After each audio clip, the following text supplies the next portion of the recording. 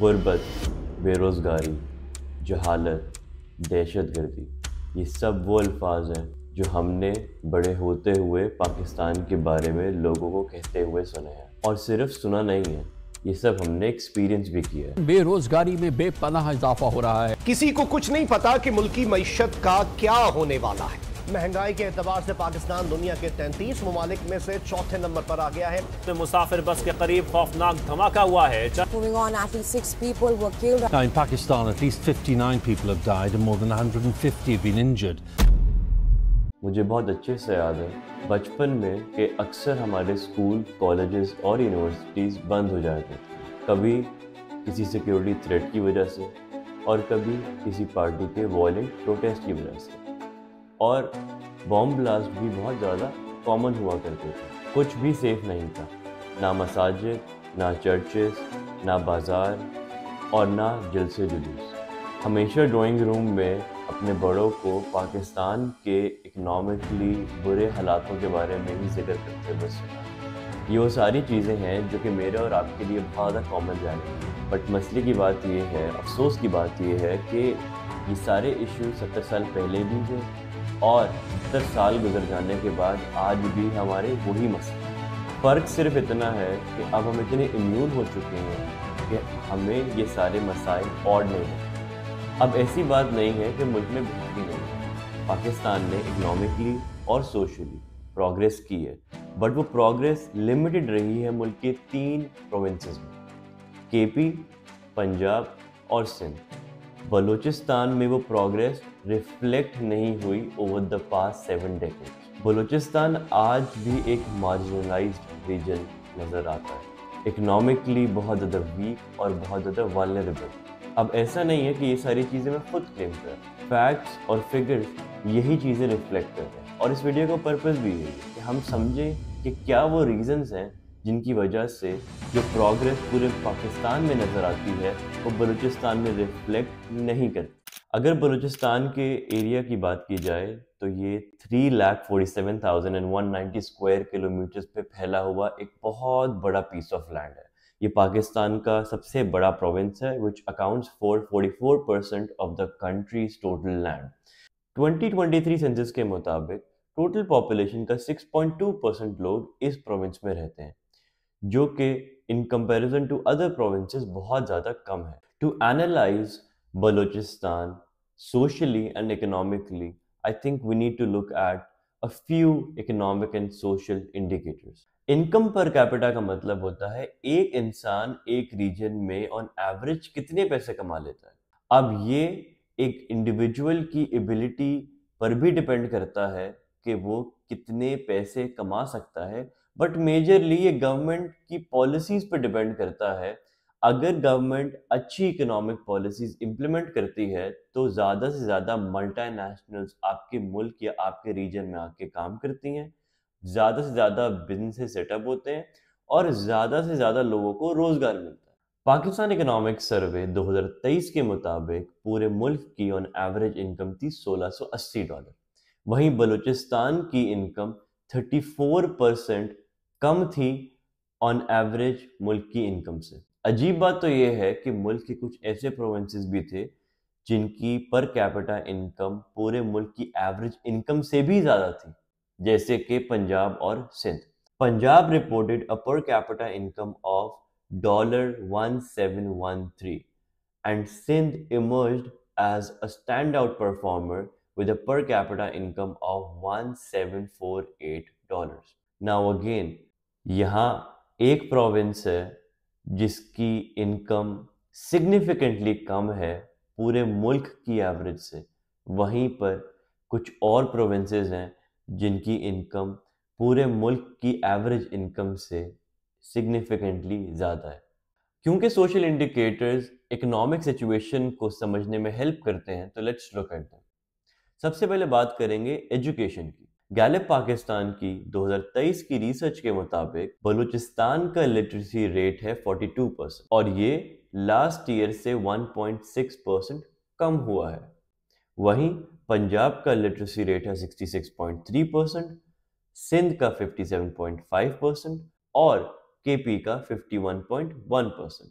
अगर स्कूल्स की बात करें तो बलूचिस्तान में एज ऑफ नाउ 15,096 स्कूल्स, वहीं पंजाब में 47,500 स्कूल्स हैं। आई एग्री कि पंजाब की क्योंकि पॉपुलेशन ज़्यादा है इसीलिए पंजाब में स्कूल्स भी ज़्यादा होंगे, बट अगेन ये प्रोपोर्शनल नहीं है। रिसेंटली डॉन ने रिपोर्ट किया है कि 3500 स्कूल्स बलूचिस्तान में रिसेंटली बंद हुए हैं due to shortage of teachers. इसी खराब सूरत हाल की वजह से the Balochi parents are forced to send their children to better and bigger cities of other provinces like Karachi, Islamabad and Lahore. अब क्योंकि हमने बलूचिस्तान को बहुत अच्छे समझ लिया, तो now is the right time to understand why Balochistan has not progressed in so many years. एक चीज़ जो आप सबने शायद नोटिस की हो कि बलूचिस्तान की इकोनॉमिक डेवलपमेंट के बारे में ना कोई गवर्नमेंट बात करती है, ना कोई पॉलिटिकल पार्टी बात करती है। Now what is the reason behind it? उसका एक सबसे बड़ा रीज़न है उसकी पॉपुलेशन। क्योंकि बलूचिस्तान में पॉपुलेशन कम है तो इसका मतलब नंबर ऑफ वोटर्स कम होंगे। अगर नंबर ऑफ वोटर्स कम है तो इसका मतलब नेशनल असेंबली में नंबर ऑफ सीट्स कम होंगी। अगर नंबर ऑफ सीट्स कम है तो बलूचिस्तान एक लेस सिग्निफिकेंट प्रोविंस है for any government and any political party. अगर हम नेशनल असेंबली को देखें तो टोटल 336 सीट्स हैं नेशनल असेंबली में, जिसमें से बलूचिस्तान की जनरल सीट्स हैं 16 which equals to less than 5%। वहीं अगर मैं पंजाब की बात करूं तो पंजाब की 141 सीट्स हैं, मतलब 41.96%। और गवर्नमेंट बनाने के लिए एक पर्टिकुलर पार्टी को 172 सीट्स चाहिए होती हैं, मतलब more than 50%। As a politician सोचे मैं किस प्रोविंस को ज्यादा तरजीह दूंगा, बलूचिस्तान या पंजाब? पंजाब राइट, क्योंकि मुझे पता है कि अगर मैंने रोड्स डेवलप कर दी, अगर मैंने स्कूल बना दिए, अगर मैंने कुछ और बेहतर इनिशिएटिव्स ले लिए, तो नेक्स्ट इलेक्शन के अंदर मेरी सीट तो दोबारा पक्की हो जाएगी, बिकॉज ज़्यादा वोट मिलेंगे, ज़्यादा चांसेस हैं मेरे हुकूमत में आने के। हमारे घरों में आने वाली गैस डिस्कवर हुई थी इन द 50s इन डेरा बुट्टी, जो कि बलूचिस्तान का एक छोटा सा डिस्ट्रिक्ट है। ये गैस डिस्ट्रीब्यूट की जाती है मुल्क के सारे बड़े प्रोविंसेस को, सिवाय एक के जो है बलूचिस्तान। कितनी अजीब सी बात है कि जिस प्रोविंस ने हमें ये गैस दी है उसी प्रोविंस को आज लकड़ियों पे खाना पकाना पड़ता है। इसके बरक्स फेडरल गवर्नमेंट बलूचिस्तान गवर्नमेंट को एक बहुत छोटा सा परसेंटेज ऑफ रेवेन्यू देती है फॉर द गैस। एक और एग्जांपल मैं आपको देता हूँ, संदक प्रोजेक्ट, जो कि copper and gold mining project था, जो कि अर्ली 2000s में स्टार्ट किया गया in the district of Chagai Balochistan. कुछ ही अरसे बाद पाकिस्तान गवर्नमेंट ने due to lack of efficiency ये प्रोजेक्ट उठा के हैंड ओवर कर दिया टू अ चाइनीज कंपनी और उनसे कहा कि आप इस प्रोजेक्ट को चलाएं और इससे जो भी प्रॉफिट होगा वो चाइनीज कंपनी अपने में, पाकिस्तान गवर्नमेंट में और बलूचिस्तान गवर्नमेंट में डिस्ट्रीब्यूट कर दिया जाएगा। अग्रीमेंट के मुताबिक डिसाइड ये हुआ कि चाइनीज कंपनी 80% प्रॉफिट की हकदार होगी, पाकिस्तान गवर्नमेंट 18% प्रॉफिट का हिस्सा अपने पास लेके जाएगी और बलूचिस्तान गवर्नमेंट को सिर्फ 2% प्रॉफिट का मिलेगा। अगेन डिस्क्रिमिनेशन का ग्रेट एग्जाम्पल, बलूचिस्तान का ही गोल्ड, बलूचिस्तान का ही कॉपर और बदले में बलूचिस्तान को मिल रहा है सिर्फ 2% प्रॉफिट का। इसी तरह और भी बहुत सारी रिसोर्सेज हैं जिनको एक्सप्लॉइट किया जाता है। मुल्क भर का कोल निकाला जाता है बलूचिस्तान से, उस कोल को इस्तेमाल करके बिजली प्रोड्यूस की जाती है और वो बिजली फराहम की जाती है इंडस्ट्रीज और फैक्ट्रीज को जो कि हैं पंजाब में, सिंध में और कुछ केपी में। इसी के साथ साथ एक और रीज़न की अगर हम बात करें तो वो है नेचुरल टोपोग्राफी। अल्लाह मियाँ ने जहाँ बलूचिस्तान को बहुत सारा कॉपर दिया है, बहुत सारा गोल्ड दिया है, बहुत सारा कोल दिया है, बहुत सारी गैस दी है, बहुत सारा ऑयल दिया है, वहीं अल्लाह मियाँ ने बलूचिस्तान को हार्श वेदर कंडीशंस भी दी है। रगड़ पथरीली ज़मीन भी दी है। इसी वजह से बलूचिस्तान में कंस्ट्रक्शन करना बहुत मुश्किल है, because there is no flat land, बहुत पथरीली ज़मीन है।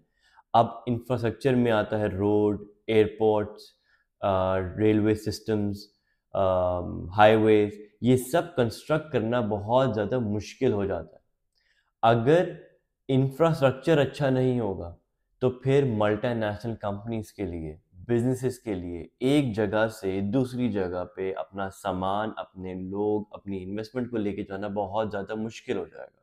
साथ साथ एग्रीकल्चर भी बलूचिस्तान में करना बहुत ज़्यादा डिफ़िकल्ट है, बिकॉज एक्सट्रीम सर्दियाँ होती हैं, एक्सट्रीम गर्मियाँ होती हैं, पानी का कोई ख़ास निज़ाम नहीं है, रेनफॉल बहुत ज़्यादा कम होती है, इरिगेशन सिस्टम बलूचिस्तान के अंदर एग्जिस्ट नहीं करता। जब 60s में अयूब खान साहब इरिगेशन सिस्टम बना रहे थे पूरे पाकिस्तान में, तो for some odd reason he did not intend to create the same system in Balochistan, जिसकी वजह से बलूचिस्तान में पानी नहीं है। इन सब फैक्टर्स को अगर क्लब कर दिया जाए तो ये कहा जा सकता है कि ज्योग्राफी का भी बहुत बड़ा रोल है बलूचिस्तान को इकोनॉमिकली अनडेवलप रखने में।